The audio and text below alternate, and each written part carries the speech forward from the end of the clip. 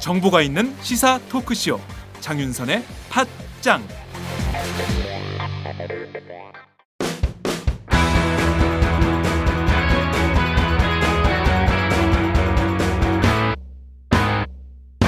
색깔 있는 인터뷰.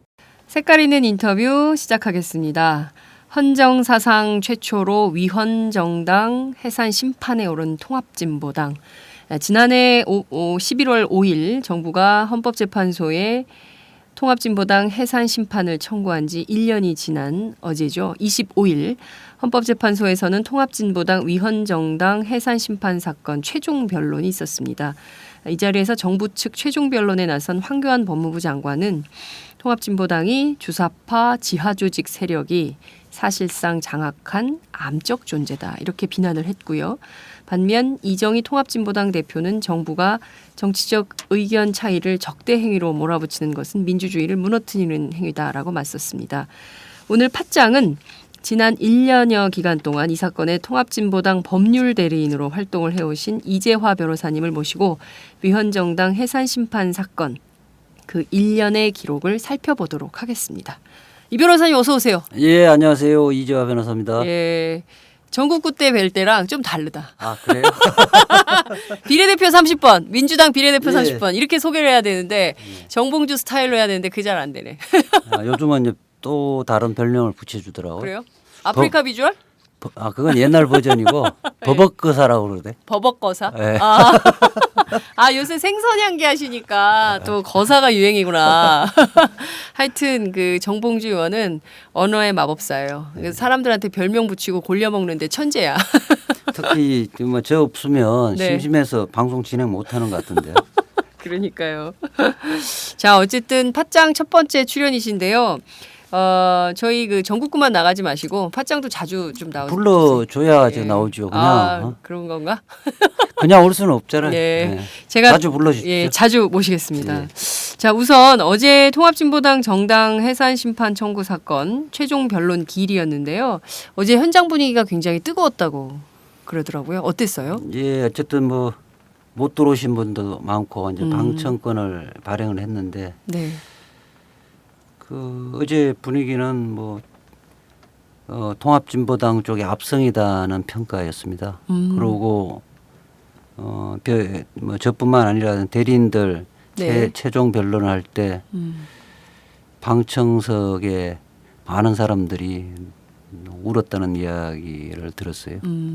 그리고 뭐 재변론할 때는 특히 우리 대리인들 변호사들도 많이 눈물을 걸썽이고 또 정봉주 의원이 현장에 오셨는데 네. 정봉주 의원도 보니까 이렇게 눈시울이 붉어지시고 네. 눈물을 닦고 계시더라고요. 야, 눈물의 재판. 사실 이게 현대사에서 한국 현대사에서 초유의 일이 정당을 위헌이라면서 해산을 하겠다고 나선 정부에 대한 얘기이기 때문에 이건 정말 모두가 주목해서 보지 않을 수 없는 사건이었기 때문에 사실 역사의 한 장면을 네. 기록하고자 하는 수많은 사람들이 몰려갔었던 것 같은데요. 작년 11월 이 사건 처음 시작이 됐는데 서류만 16만 7천 쪽? 그렇죠. 아파트 7층 높이라고 하더라고요. 그 정도 될 겁니다. 어떻게 그동안 지난 1년 동안 그 기록을 다 어떻게 준비를 하셨습니까? 이제 우리 변호인들은 15명이었는데 이제 네. 저하고 김선수 변호사님이 이제 좀 책임을 지고 후배들하고 함께 했었는데요. 네. 저하고 이제 김선수 변호사님은 처음부터 끝까지를 다 봐야 되기 때문에 네. 저는 1년 동안 주말을 한 번도 쉬어본 적이 없습니다. 하여튼 16만 뭐 저희들은 안 세봤는데 그렇다 그러더라고요. 네. 일단 1년 내내 다른 사건을 전혀 못했죠. 그러니까 정부 쪽의 그 대리인단들은 다 이제 전국의 공안검사들 차출해 오잖아요. 네. 차출해서 그 업무만 하는데 저희들은 또 다른 사건들을 처리하면서 이걸 해야 되잖아요. 그렇죠.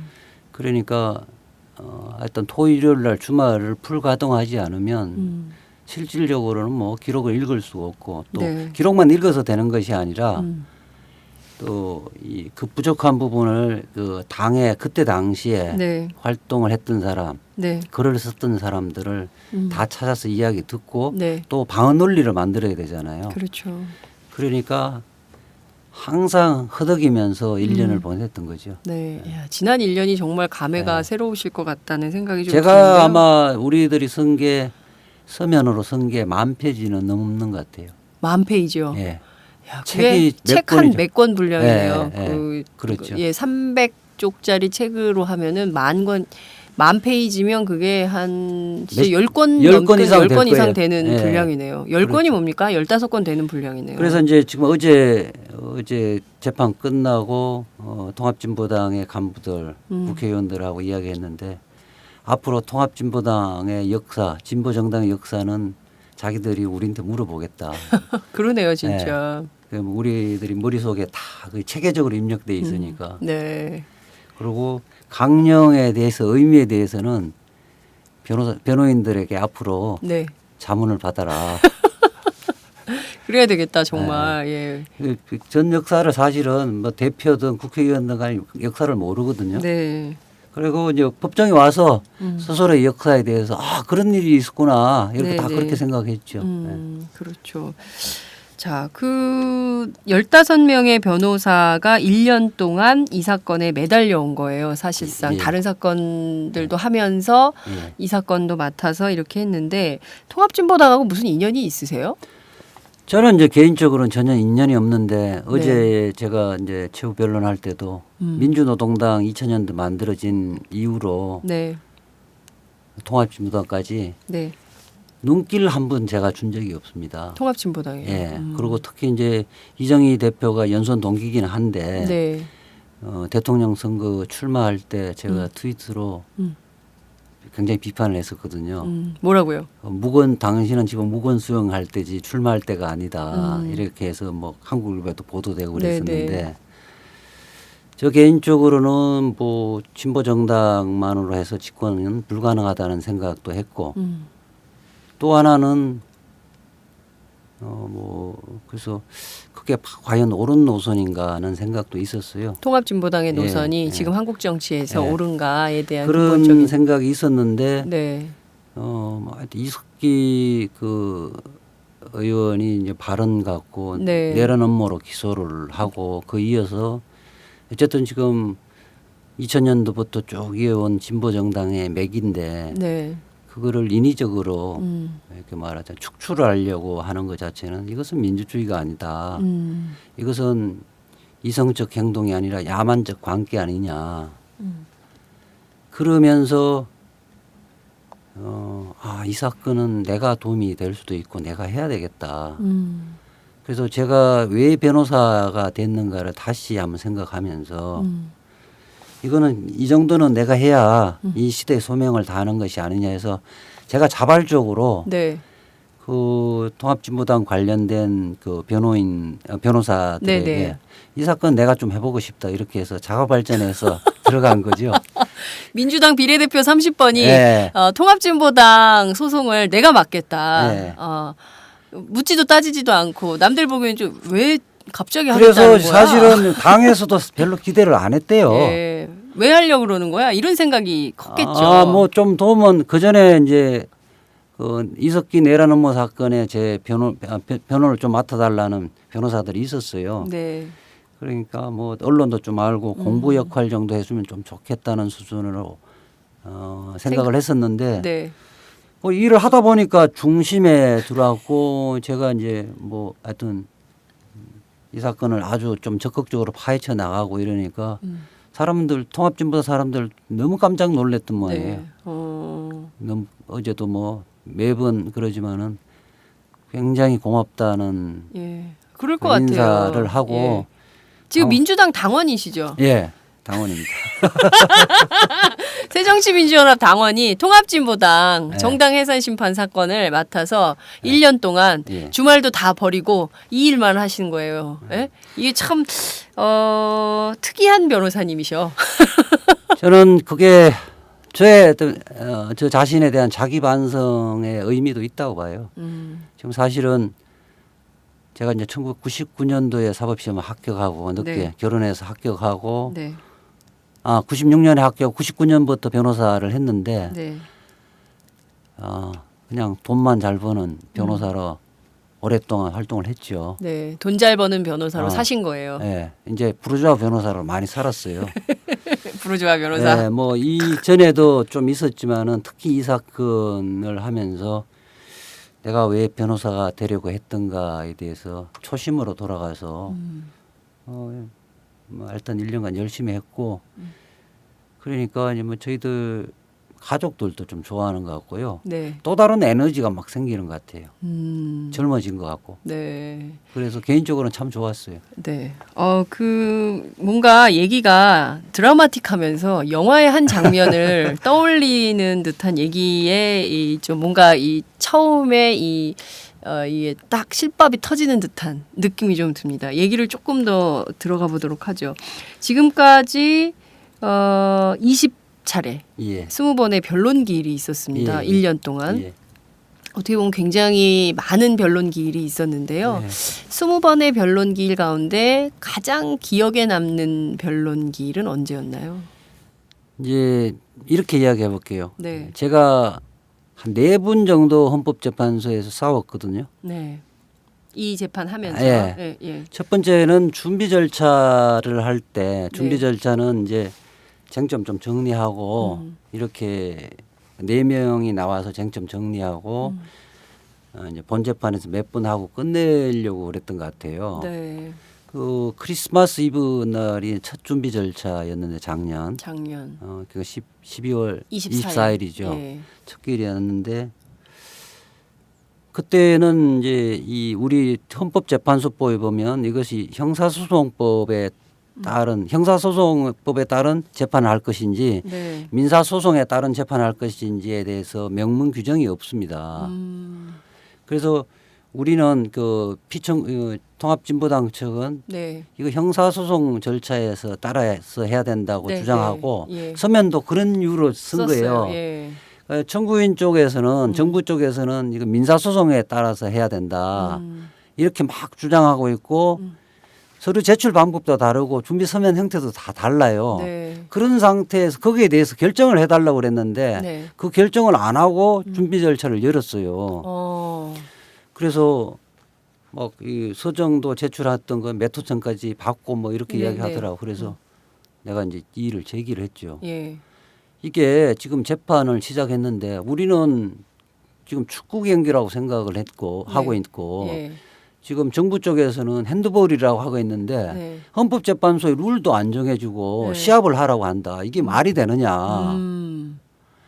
그리고 이게 서정 조사를 지금 하는데 4명인 권한이 없다. 네네. 9명이 다 해야지. 무슨 권한을 하느냐. 그 네. 문제 제기를 했죠. 의사 진행 발언을 예. 확 하신 거네. 예. 예. 그렇게 하고 여기에서 뭐 아마 그날 그 직전에 막 한 300페이지짜리 서면을 냈거든요. 네네. 그 진술을 하는 걸로 해서 우리는 못 읽어봤다. 네네. 이게 일개 국가보안법 사건도 아닌데 네. 충분한 방어권을 주지 않으면 네. 이거 보니까 졸속으로 예. 재판 후다닥 해줄 것 같은 느낌이 들어서 네. 이런 그러려고 식으로, 했던 의도가 있었던 거죠. 이런 정부가. 식으로 졸속으로 네. 이게 국가보안 사건에 졸속으로 처리하는 것은 말이 되지 않지 않느냐. 세계가 보고 있다. 네.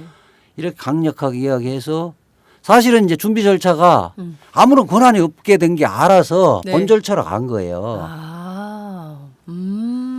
그렇게 하고 그다음에 이제 한때는 이게 지방선거 전에 끝내려고 한다는 언론 기사도 많이 나왔잖아요. 계속 나죠. 왜냐하면 그 의도가 명백하게 보였거든요. 그래서 네. 이제 뭐 정인 신문을 언제까지 정인 신청을 하고 네. 서정 조사를 들어가는데 그 몇 회인지는 정확하게 모르겠어요. 네네. 6, 7회 정도 될 것 같은데 변론기일에 서정 조사를 지금 10만만 페이지를 냈잖아요. 네. 그거를 1호점부터 105점까지 중요한 부분 몇 마디만 하라고 이야기를 해서 헌재 측에서요. 어. 네.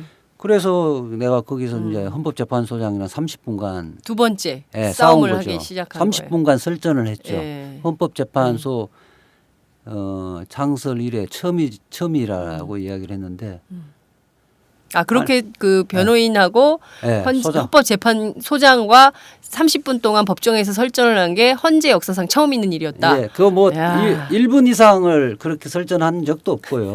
그런데 내가 그렇게 이야기했죠.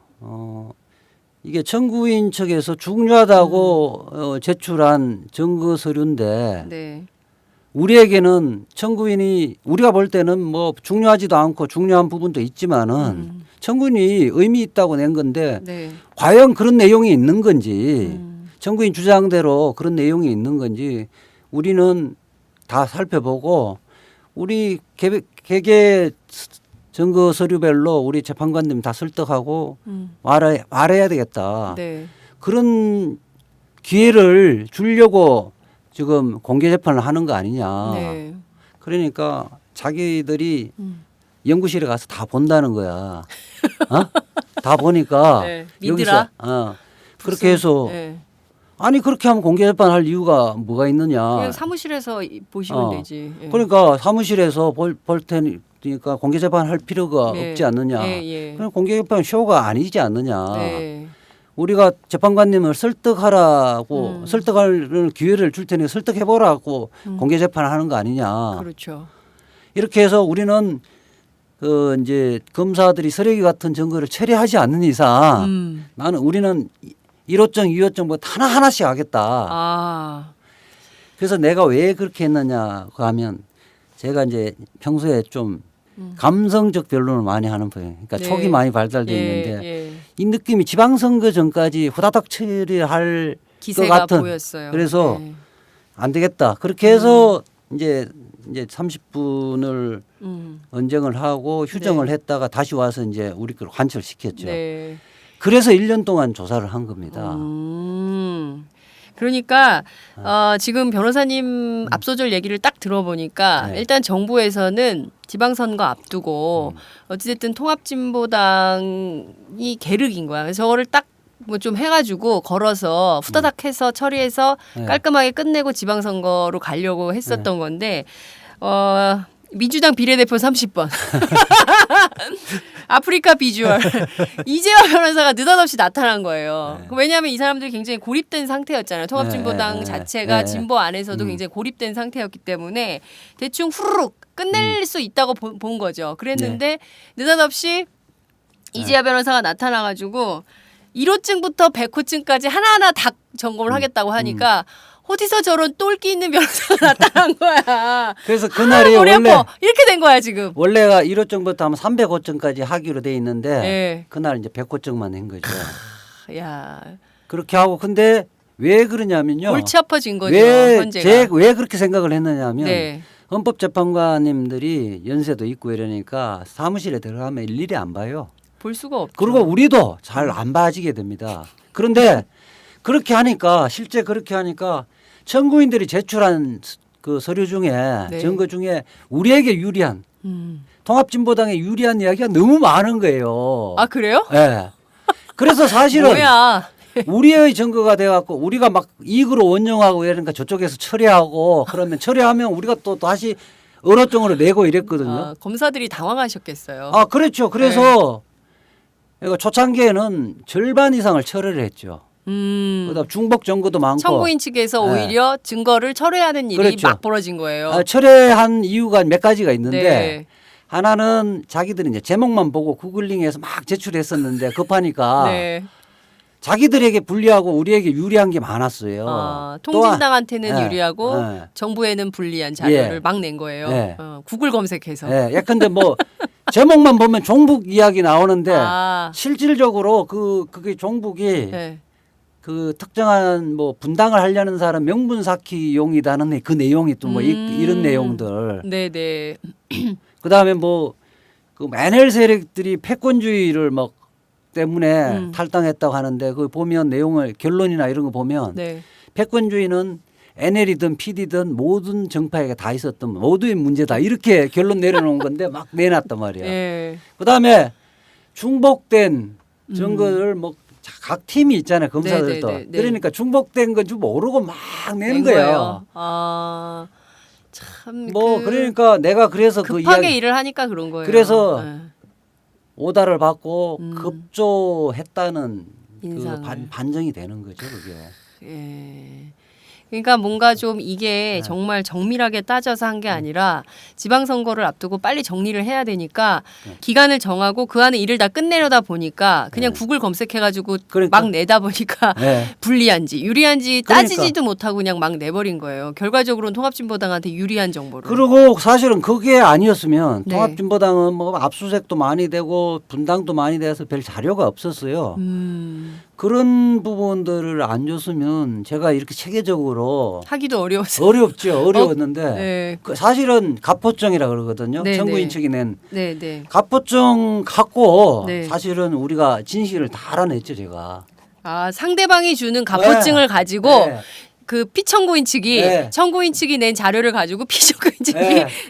정리를 할 수가 있었던 아, 거예요. 그럼 통일 문제든 이런 거 다 정리할 수 있었고 오히려 재판에 도움을 주신 그래 분들이네. 정부 쪽이나 그다음에 그 정부 관변 단체의 논문들이 네. 다 나왔어요. 그리고 청구인들 주장을 다 반박하는 그 자체가 반박하는 것들이 다 있어요. 네. 사실은 그거는 우리가 딱 그 부분만 오래 갖고 네. 법정에서 변론하면 네. 기가 막힌 변론이 되는 것도 많았었죠. 아, 정말요.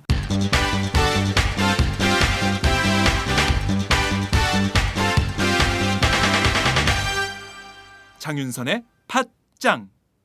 야, 그러면 지금까지 한 20번 네. 네, 변론 기일 중에 이제 그렇게 쭉 싸워시면서 1년 동안 이제 네. 하신 건데 이를테면 그 앞서 말씀하신 대로 굉장히 이제 급조된 듯한 그러니까 그 정부 측이 급조를 좀 해서 통합진보당을 좀 정리해야 되겠다라는 인상이 이 증거에서 굉장히 많이 나왔던 거고 또 다른 측면에서는 또 어떤 측면에서 좀 허둥대는 좀 급조된 이런 인상을 받으셨습니까? 그 이제 많이 처음에 청구서하고 네. 마지막 최종 변론하고 네. 차이가 나는 게 많거든요. 음.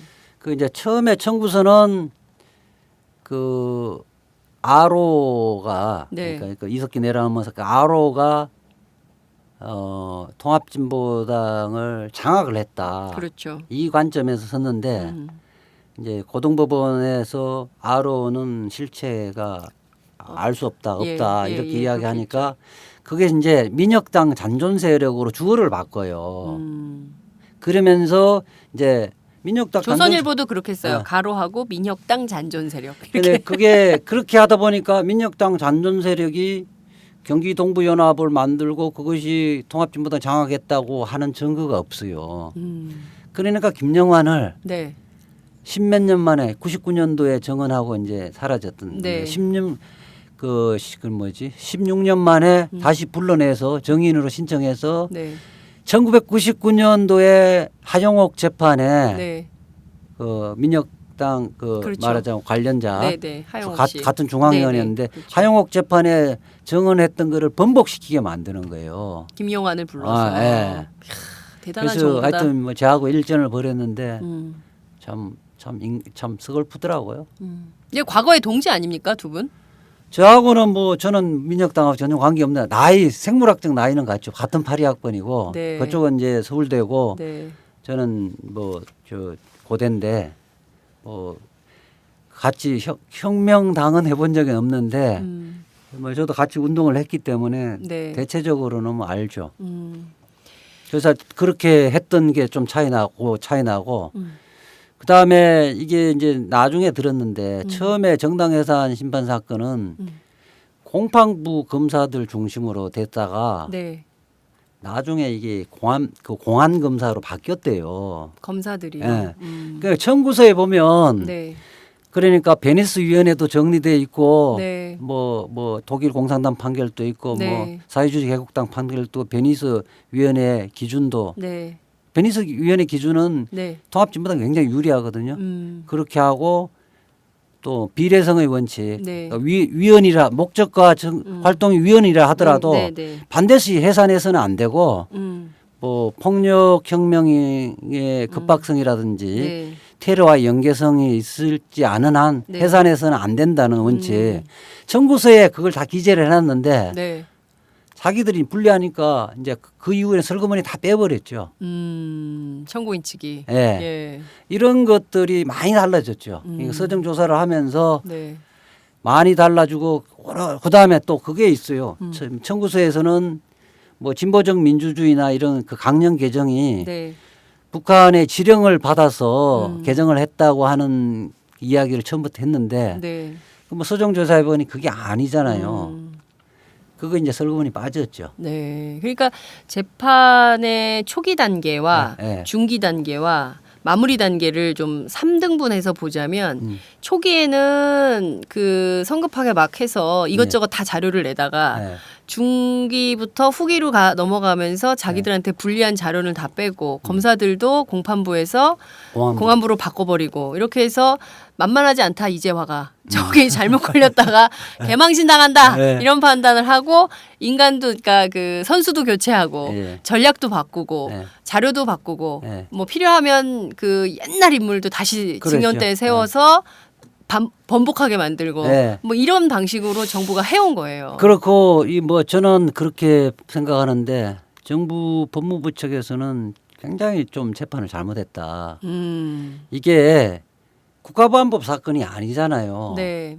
그렇기 때문에 이 반공 논리로 갖고 이 사업을 접근하면 실패할 수밖에 없거든요. 이게 이거 민주주의라는 것은 다원적 사회를 전제를 하는 거거든요. 그렇습니다. 예, 그 정당 여기에서 우리가 자유민주주의 기본 질서에 위배되는 것은 전체주의를 의미하는 거거든요. 그렇죠. 예. 그러니까 통합진보당이 반공주의에 반한다 이런 것이 아니라 네.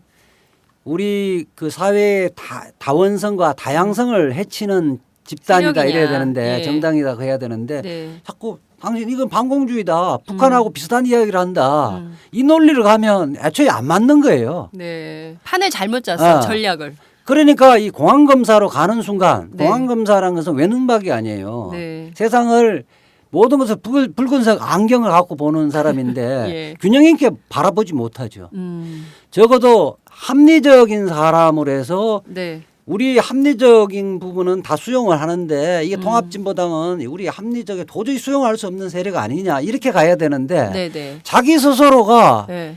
그 약간 이게 파시즘적 사고, 극단주의적 사고를 하고 있는데 네, 네. 이 사람들이 주장이 헌법재판에서 먹힐 리가 없죠. 네. 자, 우리 그 얘기를 조금 더 해볼게요. 네. 그 재판이 열릴 때마다 사실 황교안 장관, 이정희 대표 설전이 굉장히 이제 그 인구의 회자가 많이 됐는데요. 네. 어제도 좀 그랬던 것 같아요. 그러니까 황 장관의 경우에는 이 당이 통합진보당이 주사파 지하 조직에서 출발한 세력이 정당에 침투를 해서 불법과 거짓으로 조직을 일단 장악을 했고 그 다음에 이 통합진보당을 만들어가지고 북한 추종 세력의 본거지로 만들었다. 그러니까 여기는 종북의 본거지이므로 우리 민주사회에 걸맞지 않는다. 그러니까 여기는 북한으로 가야 된다. 이런 주장인 것 같아요. 이거 어떻게 생각하십니까? 이런 논리. 아니, 앞서 말씀하신 대로. 예.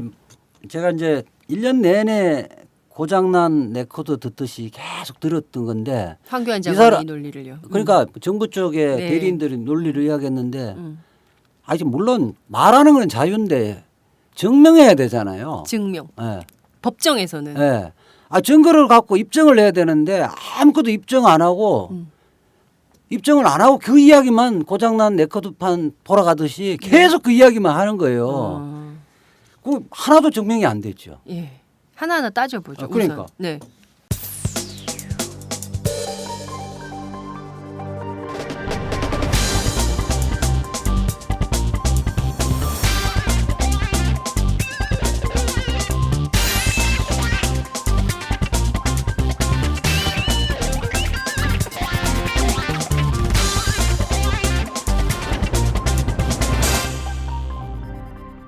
장윤선의 팟짱. 자, 우선 그 주사파 지하 조직에서 출발한 세력이 정당에 침투했나?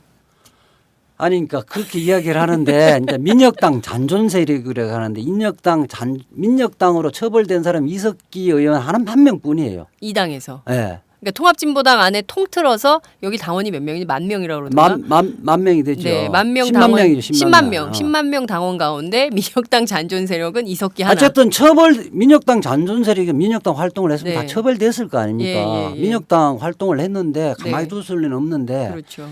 그때 그 98년, 99년도에 처벌된 사람은 한 명이에요. 이석기 의원이고. 네.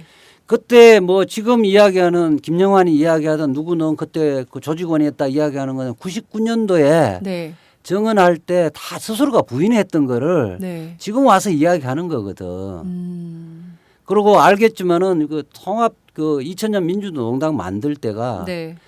모든 진보 사회 영역이나 인사들이 다 모여서 만든 그렇죠. 거거든요. 전부가 규합해서 만든 그리고 조직이죠. 이 뭐 창당 강령 같은 경우도 그 내노랄 그 우리 진보적인 학자들이 네. 다 모여서 만든 거거든요. 그렇습니다. 예. 그런 뭐 이석기 의원이나 이런 사람들은 그때는 당원들도 아니었고 네. 한두 명이 좌지우지할 수 있는 네. 그런 그런 정당이 아니에요. 그렇습니다. 그리고 스스로가 이야기했던 뭐 경기동부연합 뭐 민족당 잔존 세력이라는 사람은 그 자기들은 그때 2001년 이른바 군자산의 양악속 때문에 대거 들어왔다 그랬는데 그 이미 이전에 네.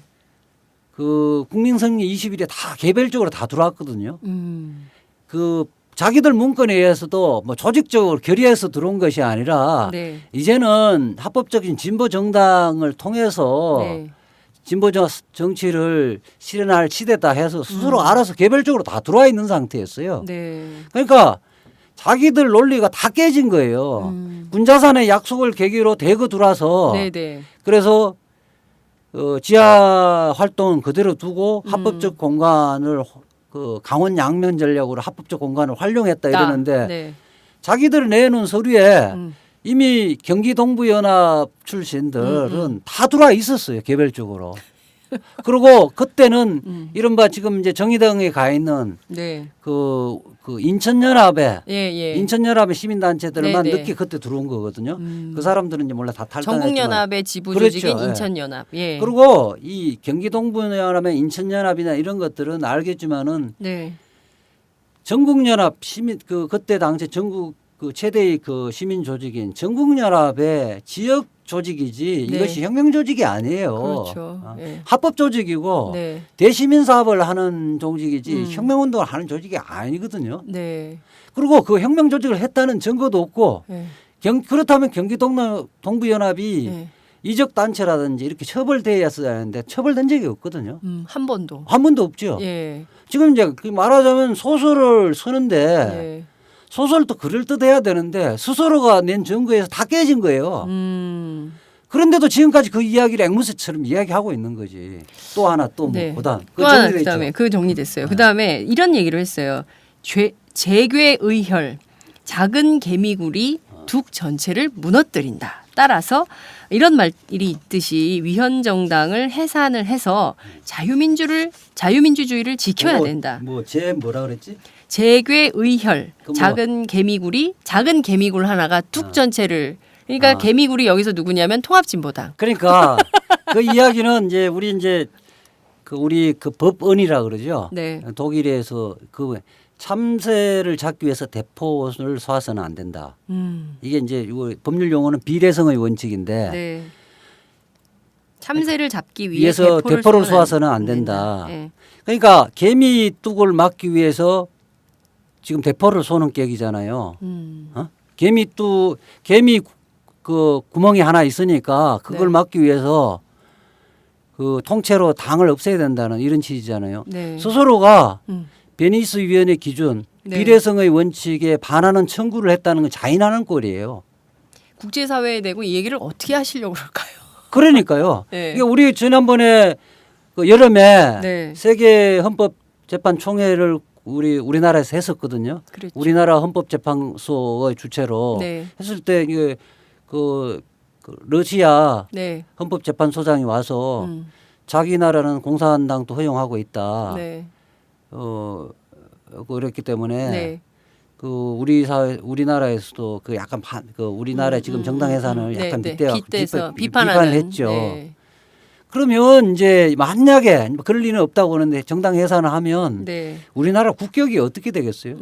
야만 국가로 떨어지는 거죠. 그렇죠. 그 다양성이 전혀 존중되지 않는 국가로 되는 건데요. 그렇다면 이제 이분들이 혁명을 실제 했어야 됐는데 그러니까 혁명이 뭐가 있었지?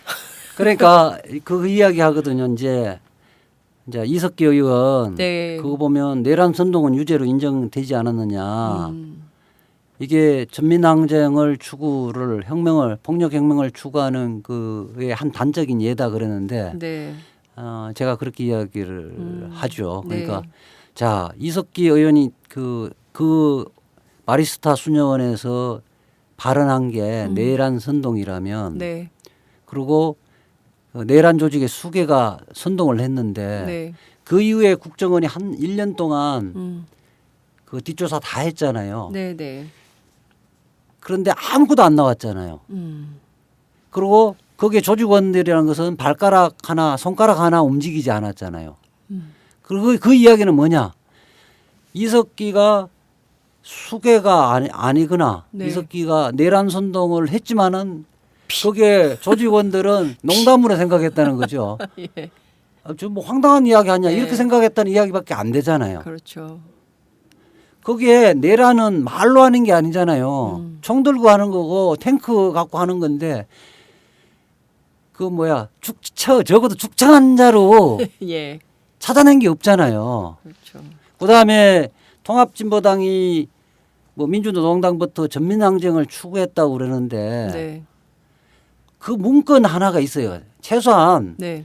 우리가 전민항쟁을 지금은 힘이 없으니까 나중에 전민항쟁을 추구하자든지 네. 언제 시점에 하자든지 네. 이런 문건 하나 없고 문건 하나 안 나왔다는 거죠. 문건 하나 없고 그다음에 그런 뭐 준비할 말로만 하는 게 아니니까 네.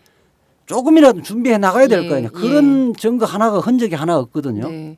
그건 막 기껏해야 선거 투쟁과 대중투쟁을 결합해서 집권한다. 네. 대중투쟁과 결합해서 집권한다는 게 전민항쟁 아니냐. 말꼬리 잡는 거예요. 아 대중투쟁하고 아. 그거는 새누리당도 하는데. 그러니까 대중투쟁. 우리가 항상 네. 새누리당 박근혜도 사학법 할 때 네. 바깥에 시위하고 대중투쟁했죠. 그 동원해서. 우익단체하고 이쪽에 우파 교원단체들하고 대중투쟁했잖아요. 예. 대중투쟁은 모든 정당이 다 하는 거다. 당이 자기 지지 세력을 확보하고 힘을 얻기 위해서는 한다. 네. 민주당도 힘이 딸리거나 이럴 때 나와서 서울광장이나 서울역에서 으쌰으쌰 하잖아요. 강력 투쟁하죠. 그래서 속 들어가 버려서 대중투쟁을 좀 적게 해서 문제지만은 그렇게 하고 민주노동당이란 것이 기본적으로 민중에 기반을 하는 거기 때문에 그 노동자들의 파업이라든지 농민들하고 같이 그 사람 대중투쟁에 협력하고 필요하면 같이 싸우고 네. 이래야 당의 기반을 마련하는 거 아니에요. 그렇죠. 그 의미다. 네. 그다음에 저항권이 적 상황이 오면 민주노동당은 저번 동그란 2017년에 집권한다는 꿈을 갖고 있었어요. 보니까 네. 집권 전략위원회 보고서에 보니까. 근데 저항권이 적 상황이 오면 지난번 대통령 선거 2012년에도 집권을 할 수도 있다 이런 문건을 갖고 네. 아니 저항권을 부추기는 게 아니냐 이렇게 이야기하는데 저항권이라는 것은 부추겨서 될 문제가 아니고 네. 그 예가 그런 거예요. 12.12 사태라든지 네. 5.16이라든지 이런 이런 거는 헌법교과서도 다 인정하는 그 저항권 행사를 해야 된다는 거잖아요. 그렇죠. 그거를 저항권을 부추긴다는 게 아니라 저항권적인 상황이 오면 우리의 집권 내에 그 말하자면 환경이 좋아지지 않겠느냐. 네. 그 말 누가 못합니까? 그건 당연한 이야기를 한 걸 갖고 말꼬리 잡고 이제 뭐 전민항쟁이 그다음에 우리가 이제 보면 진보연대라든지 예. 각 민변도 연대를 하잖아요. 네네. 사안되면 예. 사안별 연대를 하죠. 통일전선 전술이라 그러는데 그걸요? 예. 이게 모든 사람은 연대한다. 네. 자기의 뜻을 같이 하려는 한 사람이라도 구하는 게 네. 연대 아니겠어요? 그렇죠. 연대를 안 하면서 어떻게 세상을 살아가고 연대를 안 하는 단체가 어디 있겠어요. 말이 안 되는. 그러니까 이 사람들은 모든 게 막스 레닌과 주체사상 그 틀로만 보는 거예요. 세상을. 어. 아, 답답하시겠다. 한 가지로만 세상을 보셔서. 예. 자, 그런데 사실 이런 측면도 있습니다. 정부가 이렇게 하게 된 데는 진보 안에서 이 그 종북 논쟁을 촉발한 측면이 있습니다. 이를테면은 태극기와 애국가를 거부하는 정당이다라는 것은 황교안 법무부 장관도 얘기했지만 진보 안에서 그런 지적이 먼저 나왔고 실제 그 유시민 네. 그 통합진보당 공동 대표가 이정희 대표하고 아메리카노 논쟁을 하지 않았습니까? 네. 커피에 대해서 이제 1980년대는 커피를 안 먹지 않았습니까? 네. 식민지 똥물이라고 그러면서 안 먹고 그랬었는데 여하튼 이렇게 이를테면 진보 안에서 먼저 통합진보당 내부에 있었던 그런 문제들을 먼저 지적했던 측면 이런 것들도 실제 이번 소송을 촉발시킨 측면은 없는 것이냐. 뭐 저는 소송에 뭐 촉발은 아닌데 네. 그때 당시에 이제 그 비판하는 종북이다. 당신들은 종북이다. 네. 종북 노선이다고 이야기를 했던 특히 울산의 뭐 조성수 의원 네. 이런 사람 이제 조선일보에 인터뷰하면서 이제 촉발시켰는데요. 네. 그게 이제 청구인 증거로 굉장히 많이 나왔죠. 그런데 이제 그걸 다시 그러니까 이른바 뭐 종북 네 차례 종북 논쟁이 있었다고 이야기를 하는데 네. 그게 이제 처음에 첫째 번째 종북 논쟁이 2003년에 이제 그 사회당과의 합당 문제 갖고 네. 이야기를 하는데 그때 논쟁도 그게 당대 당의 입장의 논쟁이 아니고 거기에 있었던 사람과 사회당 쪽 사람과 민주노동당 사람의 자기들끼리 그 말싸움, 네. 논쟁. 말싸움에서 그쳤던 거고 네. 그게 문제에 대해서 당과 사회당과 민주노동당 차원에서는 다 문제가 해결됐던 거예요. 네. 그렇게 하고 그 1심의 관련자 네. 2006년도 1심의 관련자 특히 최기영 등의 네. 그 제명 문제 뭐 이런 것들이 거론될 때 그때 당시에는 종북이라고 이야기는 하지는 않았어요. 그것이 이제 특히 그냥 단순 국가보안법 위반이 아니고 네. 이른바 어쨌든 민주노동당의 정보를 북한에 갖다 바친 이거는 해당 행위니까 해야 되지 않겠느냐. 네. 그것이 있었는데 그때 당시에는 이른바 NL만 반대한 게 아니에요.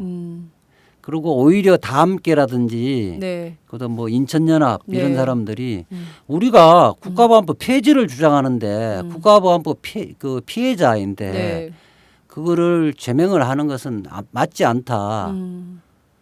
뭐 그래서 2008년도 뭐 그때 그때 할 때도 그랬어요. 네. 그래서 오히려 이른바 PD 쪽에서 더 반대를 했어요. 그래서 54%인가 이래갖고 오히려 네. 부결됐죠. 그렇게 네. 대의원들은 더 그렇죠. 아니 뭐 국가보안 폐지를 하는 사람이 국가보안법 때문에 네. 구속됐고 이런 사람을 징계하는 건 말이 맞지 않지 않느냐. 네. 네. 네. 이렇게 됐던 거고 네. 그것을 나중에 네. 분당하면서 조성수 의원이 이제 조선일보에서 그것은 다 북한하고 북한식 사회주의를 추구하려는 것이다. 라고. 이런 것에서 오버한 거고 일종의 나는 또 종북 프레임으로 갖고 장사했다고 보거든요. 조선일보가요. 네, 아니 조선일보도 장사했지만 조성수 의원도 네. 그래서 근데 왜 그렇게 보냐면 조성수 의원이 다시 합당할 때 네. 하잖아요. 그래서 당원들에게 그 반성을 하는 사과문을 냈어요. 네. 자기가 하여튼 경솔하게 날선 언어로 당원들을 좀 언짢게 해서 미안하다 이렇게 했거든. 네. 만약에 조성수가 진짜 종북주의라고 생각을 했다면 네. 합당한다는 게 말이 됩니까? 같이 할 수 없죠. 같이 할 수 없죠. 그것이 이제 그 이야기고 이 이야기는 다함께 쪽에 네. 그 김인식 씨가 정언으로 나와서 그렇게 이야기했던 거고 네. 그다음에 2007년도에 대선 그 공약 코리아 연방 네. 공화국 네. 문제도 예. 그게 이제 주 슬로건을 그걸 할 건가 말 건가 그것이 이 지금 상황에 맞느냐 그렇지 않느냐의 문제인데 네. 이것도 조성수 의원이나 이거를 2008년 분당할 때 네.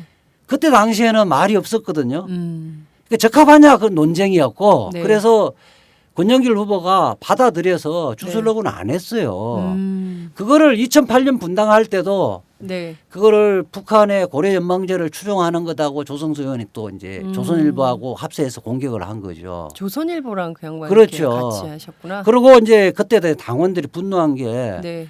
그때 당시에는 조선일보하고는 인터뷰 금지거든요. 네. 진보 정당에서는 다 안티조선 그랬죠. 운동. 그렇죠. 네. 그런데 더군다나 조선일보에 인터뷰에서 하니까 더 분노를 한 감정적으로 거죠. 자극되는 이런 측면이 그래서 있었던 거예요. 그리고 만약에 그렇다면 조성수 의원이 그때 선대본부에도 있었으니까 그때 종북 이야기를 했었어야죠.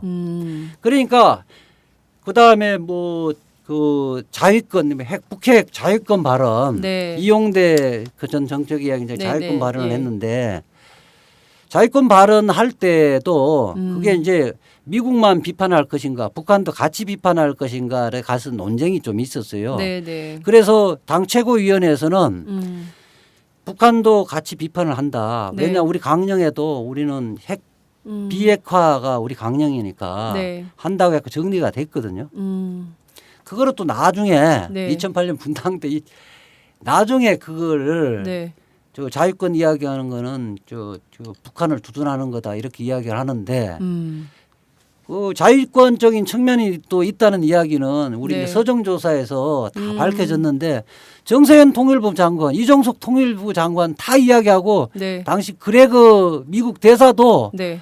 자유권 측면이 있다. 북한은 그래서 자기들이 유지하기 위해서 북핵 개발하는 측면이 있다. 네. 다 이야기를 했거든. 네. 이게 근데- 위헌이라고 하는데 그러면 내가 그랬지. 그 지금 그레거 대사도 그러면 종북 세력이냐. 이종석도 정세현 장관도 종북 세력이냐. 그렇게 이야기를 한 건데 네. 그러니까 그 말하자 종북주의는 우리 진보 정당 내에서도 상대방을 노선이나 그 입장의 차이를 너무 사람을 그러니까 날선 언어로 이야기를 해서는 안 된다. 비판하는 것은 좋은데 그렇죠. 비판할 수는 있고 비판하는 것은 좋은데 상대방의 감정을 자극하는 방식으로 특히 반대 저쪽은 좀 문제가 있는 언론이다라고 해서 안티조선 운동을 하고 있는 마당에 그쪽 언론에 대고 그러니까. 이 자당을 비판하는 식의 자당의 내부 세력을 비판하는 식으로 했기 때문에 오히려 더 감정적으로 좀 극단적 상황으로 치달은 측면도 있다. 이렇게 그렇게 볼 수 있는 있고 거죠. 더군다나 그 부분을 이제 조중동이나 보수 쪽에서 활용을 하니까. 활용을 하고 그 옛날에는 뭐 그 종북까지는 이야기 안 했잖아요. 네. 그러니까 뭐 약간 빨갱이니 아니면 뭐 친북, 네, 뭐, 친북 세력, 친북 뭐, 좌경 용공 세력, 뭐 이렇게. 좌빨 뭐 정도로 네. 이야기했는데 그게 이제 말하자면 합리화 시켜줘 버리는 셈이고 그렇게 이제 굉장히 아픈 거죠. 그러니까 그렇습니다. 저는 노선으로는 뭐 사실은 논쟁을 할 수 있고 그다음에 패권주의의 형태를 띄었던 것은 사실이거든요. 네, 그렇죠. 그런 부분에 사람들이 이제 일반 국민들도 멀어져 간 이유 중에 하나가 또 5.12 그 중앙위 폭력 사태라든지 그렇습니다. 예. 그다음에 심각했습니다. 일정하게 이제 선거에서 예. 패권주의적 양상이 나타나는 것 이거 사실은 보수 정권에나 있는 거거든요. 네. 보수 정당에나 있는 건데 그런 부분은 또 한쪽이 하니까 다른 쪽도 하고 네. 그래서 다 했죠. 이게 지금 탈당을 한 파나 지금 현재 통합진보당 다 했는데 네. 이건 진보 정당에 관련된 정파나 사람들 모두가 반성을 해야 될 심각하게 반성해야 된다고 제가 생각을 하고 있습니다. 네, 알겠습니다. 그렇다고 이제 그 문제 갖고 네. 그 당을 없애냐? 없애는 거는 그러면 전혀 새누리당이나 그 민주당도 다 패권주의가 다 있잖아요. 네, 그렇죠.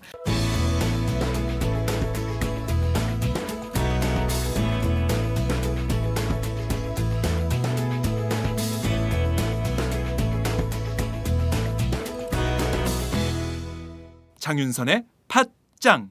자, 우리가 지금까지 이제 통합진보당의 정당 해산 심판 청구 사건 그 일련의 기록을 네. 쭉 이렇게 살펴보고 있는데요.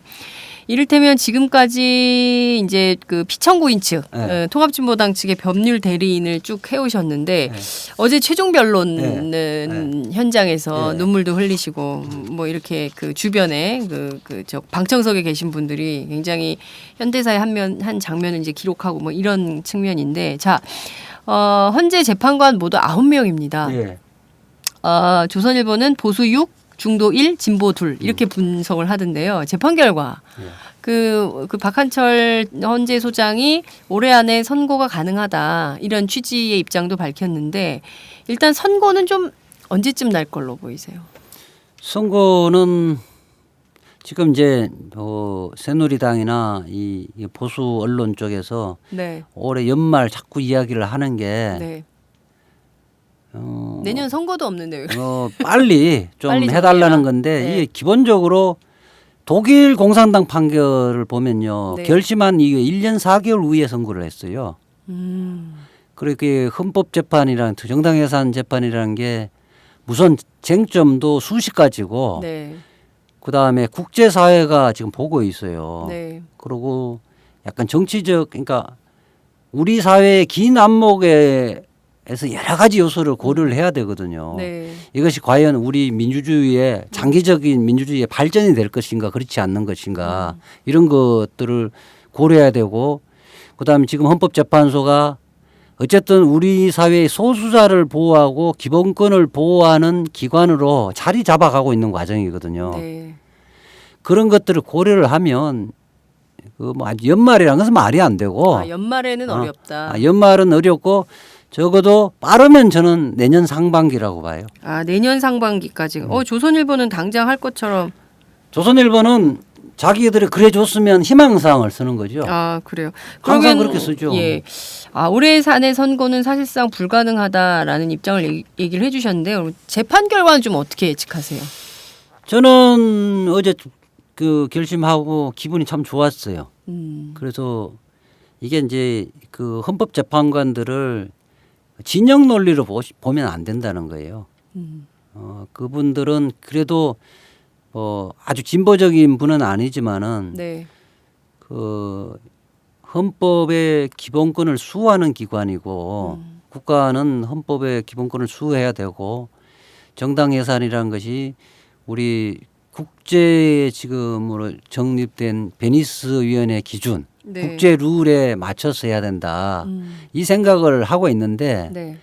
청구인들은 알겠지만은 70년대 버전으로 변론을 쭉 해갖고 주장을 해왔잖아요. 네. 그래서 설득력이 없었고 우리가 변호인도 하여튼 대체적으로 만족할 만큼 설득을 시켰다고 보거든요. 네. 그래서 저는 압도적으로 기각될 거로 판단합니다. 물론 압도적으로 기각될 것이다. 네. 그러니까 위헌이 아니다. 위헌이라고 할 사람은 거의 없을 거다. 뭐 있어봐야 한두 명. 위헌이라고 할 사람은 한둘. 그럼 네. 나머지 7은 합헌이라고 결정을 한다. 합헌이라고 결정한다. 이유는 어떻게? 아니 다를까요? 청구인의 주장이 다 허구 이미 드러났고 네. 그다음 1년 동안 조사를 하면서 아마 이제 언론이나 그 보수 언론에 약간 편견들을 갖고 있었을 수도 있는데 네, 네. 그 편견들이 하나하나씩 서정 조사를 하면서 정인 신문을 하면서 별거 없구나. 네, 네.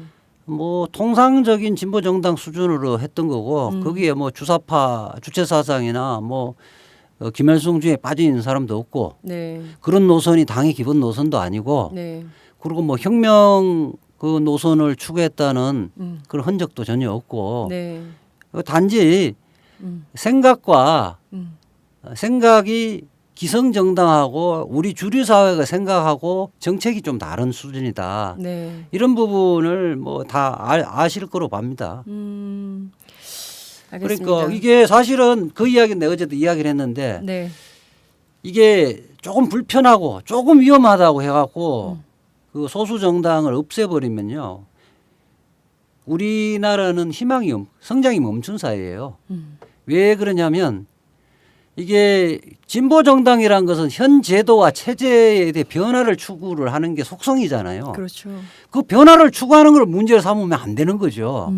예컨대 무상급식만 이야기를 하자 그러면 옛날부터 진보정당이 주장을 해왔는데 그렇죠. 이제 와서는 그때는 공산주의라고 얘기하고 사회주의라고 했는데 지금 와서는 기성정당도 수용하고 있거든요. 박근혜 대통령도 당연한 그렇죠. 걸로 여겼죠. 그러니까. 요새 예산 때문에 정신없지만. 그다음에 그 지금 뭐지 전시작전권 환수 문제라든지 네. 평화협정 체결도 옛날에 그 이야기하면 빨갱이라 그랬어요. 음. 지금은 그 많은 사람이 그 인정하고 있잖아요. 네. 그렇지만은 그게 보면 결국 진보 정당은 시간이 지나고 세상이 조금 바뀌면 그 미리 방향타 역할을 해줬다는 거예요. 네. 그것이 없으면 우리 사회는 그러니까 제가 그 이야기를 했거든요.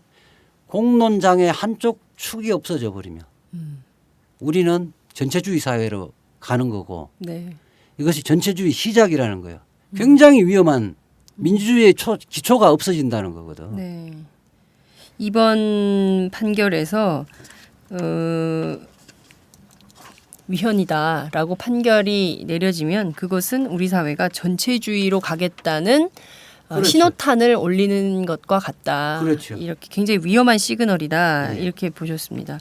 자, 그 어제 재판에 앞서서 네. 그 이 변호사님의 최후 변론서가 화제가 됐습니다. 예. 저는 1982년에 대학을 들어간 82학번입니다. 이렇게 시작되는 건데요. 그 굉장히 많은 시대적인 예. 얘기를 응축한 A4 6장 예. 짜리 글을 저도 봤는데요.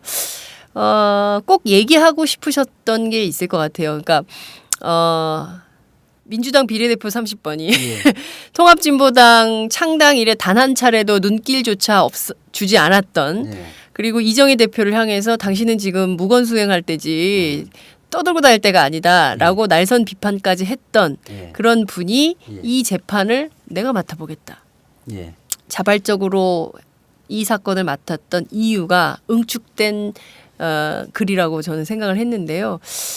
이 방송을 듣는 분들께 이 재판이 왜 중요하고 또 이게 어떤 시대적 의미가 있는 것인지 설명을 좀 부탁드릴게요. 그래서 사실은 그 지금 87년도 헌법, 체제죠. 예, 그게 6월 항쟁의 성과물이라 그러고 그 성과물 속에서 우리 헌법재판소가 탄생을 한 거거든요. 네. 그래서 저는 지금 공안검사들이나 지금 현 정권은 그 87년 헌법에 굉장히 저항을 했던 거죠. 그 국민들의 직선제를 반대를 했었던 거고 네. 그 6월 항쟁을 무참히 그 탄압을 했던 그 세력들이거든요. 네. 그 세력이 권력을 잡아서 헌법의 이름으로 지금 민주화의 주역들을 지금 다시 우리 사회에 내몰려고 하는 것 자체가 진짜 적반하장도 유분시고 네. 이거 있을 수 없는 거죠. 저희들은 이제 사실은 1980년대에 사실은 격동기였죠. 내 손으로 대통령도 못 뽑고 단 1분도 집회를 못하던 시대에서 우리는 혁명을 사실은 많은 사람은 혁명을 꿈꿀 수밖에 없었어요.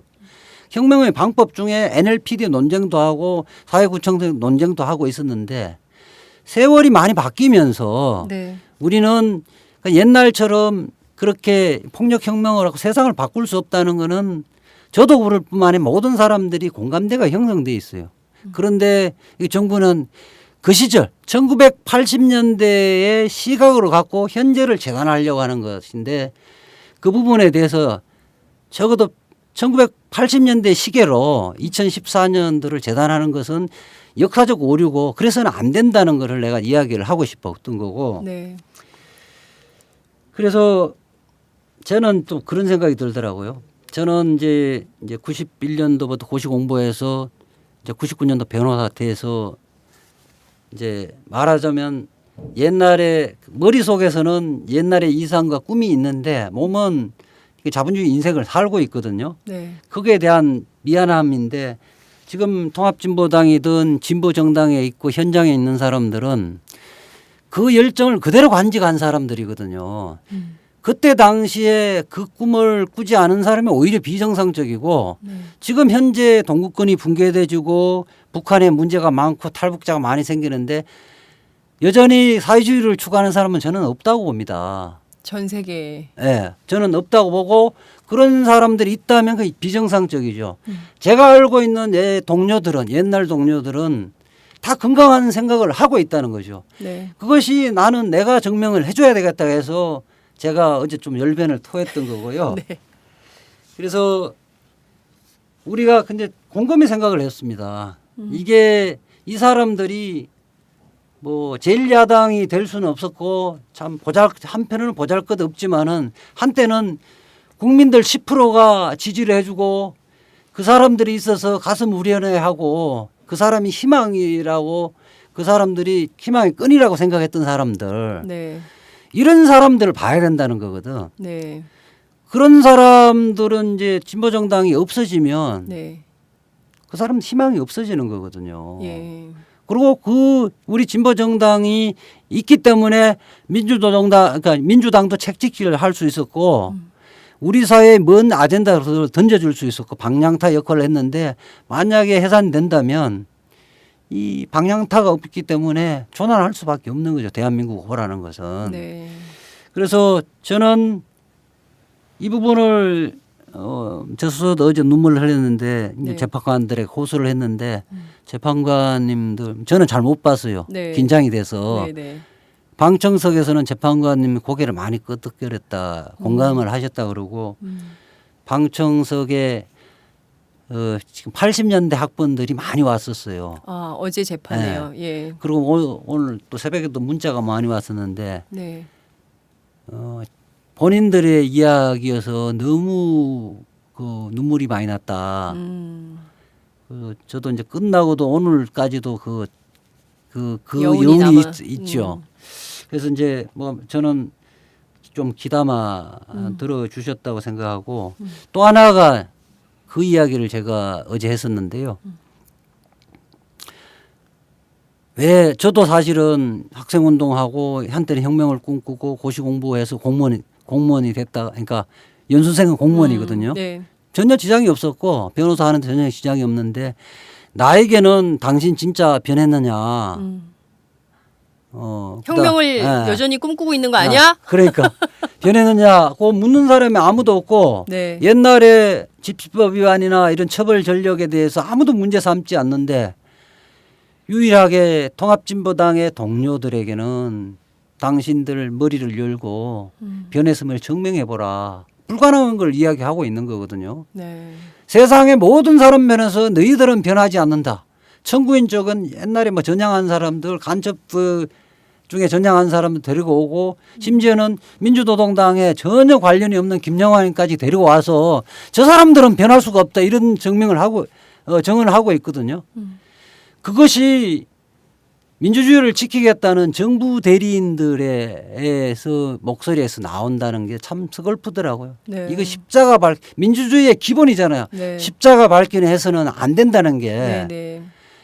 십자가 밝기를 해서 그걸 갖고 해산시키려고 하는 것은 이것은 지금 시계를 1950년대 그 메카시즘이 있을 때로 되돌리겠다는 거거든요. 네. 그거야말로 우리가 그토록 싫어하고 경계해야 할 파시즘인 거예요. 이게 이 헌법재판소에서 기각하지 않으면 우리 사회는 파시즘 사회로 될 수밖에 없는 거예요. 네. 알겠습니다. 이 방송을 그 9명의 헌법재판관님들께서 예. 같이 좀 들으셔야 될 것 같다는 생각이 좀 그래서 듭니다. 들어줬으면 참 좋겠습니다. 이재화 변호사님의 이 호소문을 다 같이 들어야 되겠다라는 생각이 좀 들고요. 한편으로는 그렇습니다. 통합진보당 하면 저 간첩 집단 아니야? 라는 인식들이 실제로 있습니다. 왜냐하면 우리나라의 언론 지형이요. 네. 보수 언론이 절대적 다수를 차지하고 있고 사실 저희가 팟짱 이렇게 죽어라고 새벽부터 밤늦게까지 매주 6회 분량 이렇게 만들고 있지만 굉장히 소수 언론입니다. 그렇기 때문에 이 방송을 듣는 분들도 굉장히 귀중한데요. 이분들에게 어찌 보면은 그 통합진보당이라는 어떤 그 주홍 글씨를 붙여놓고 예. 평생 지우지 못하도록 하는 측면이 있는 거 아닌가라는 생각이 좀 듭니다. 우리 사회가 이상하게 이명박 또 박근혜 정부로 이어지면서 소수자 인권을 보호하기보다는 소수자들에 대한 인권을 박탈하는 쪽으로 자꾸 정치가 가고 있어서 사회적 문제도 좀 되고 있는데요. 결과적으로는 그것이 그 베니스 위원회가 정한 바도 최소한의 민주주의를 보호하기 위한 장치로 소수정당을 함부로 해산해서는 안 된다라는 뜻조차도 우리 사회가 용인하지 못한다면 결과적으로 말씀하신 대로 우리 스스로 파시즘을 선택하는, 우리 스스로 전체주의를 선택하는 꼴과 같다. 이런 문제의식을 다시 한번 좀 되새기면서 오늘 방송을 좀 마무리를 좀 하려고 합니다. 이 변호사님 끝으로 한 말씀 부탁드릴게요. 제가 이영희 선생님의 글 중에 문구가 새는 좌우의 날개로 난다는 그렇죠. 걸 참 소중하게 생각을 하는 사람 중에 한 명인데요. 네. 그렇듯이 우리 사회에서 좌와 우까지 다양한 사상과 이념이 공존해야만이 민주주의는 꽃을 피울 수 있다고 생각을 합니다. 그래서 이게 민주주의가 반공주의가 아닙니다. 민주주의는 다양성이 없으면 민주주의가 아닌 거죠. 네. 그래서 비판적인 정당이 없는 사회, 네. 그다음에 다소간의 위험성을 내포하는 그런 주장을 하지 않는 사회, 이런 사회는 성장이 멈춘 사회고 죽은 사회라고 생각합니다. 저는 그 국민들 여러분들과 헌법재판관님이 이러한 민주주의의 실질적인 의미를 알아주실 거로 생각하고 통합진보당은 정당 심판 청구는 기각될 것이고 통합진보당은 또 국민들의 그 채찍을 달게 받고 있습니다. 아마 기각되지면 자기 반성을 하면서 새로운 진보정당으로 거듭날 것을 저는 확신을 합니다. 네.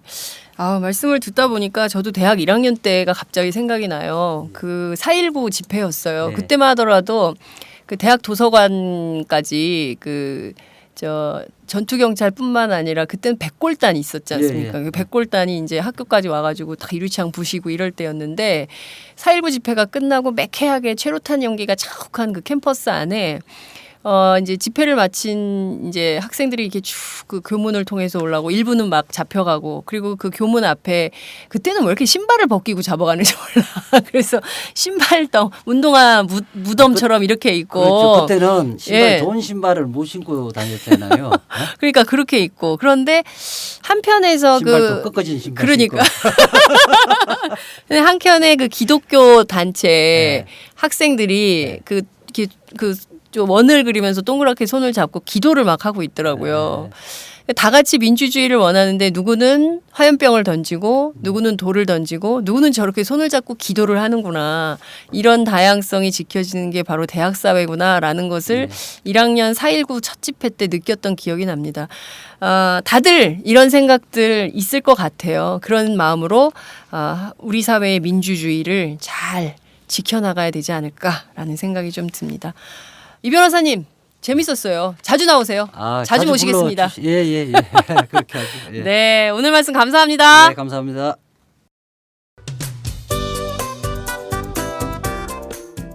안녕하세요. 장윤선의 팟짱 애청자 여러분. 저는 김병기입니다. 전에는 편집국장이었는데요. 지금은 10만인 클럽 회원이자 본부장 맡고 있습니다. 그런데 10만인 클럽이 뭐지? 이렇게 궁금해하시는 분들 많으실 겁니다. 오마이뉴스에 자발적으로 구독료를 내는 시민들의 모임입니다. 지금 매월 후원해주시는 분이 몇 명이죠? 8,000명이요. 그럼 앞으로 몇 명을 모아야 합니까? 10만 명이요. 참, 갈 길이 멉니다. 그런데 조중동 구독자는 많게는 100만. 이래서 진보 언론 살아남을 수 있을까요? 10만인 클럽 후원으로 만들어지는 팟짱 응원하고 싶으시다고요? 지금 전화주세요. 02-733-5505로 전화하셔서 내 손번호 274를 꾹 누르세요. 오마이뉴스 기사의 모든 기사 하단에 동그란 주황색 배너를 누르셔도 됩니다. 여러분들의 참여로 팟짱이 웃음소리 더 커질 수 있습니다. 감사합니다.